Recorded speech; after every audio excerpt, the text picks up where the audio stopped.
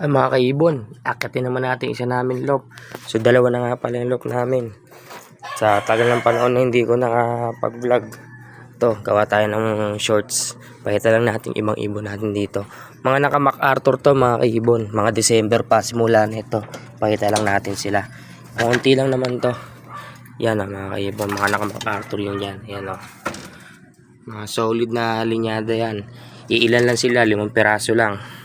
So sana sa MacArthur makaselat sila kung sakaling may load sila ron, no. So unti lang ng mga yan, mga piling-piling linyada lang namin yan, mga matitibay. So yan, nakakip lang sila. Ang gaganda ng mga kondisyon nila, mga ipot nila solid. So ayan ang mga kaibon, no. Yan o. Ito na isa namin loop yung dati, malaki. So ito yung bago. So yun ang mga kaibon, dito na lang muna.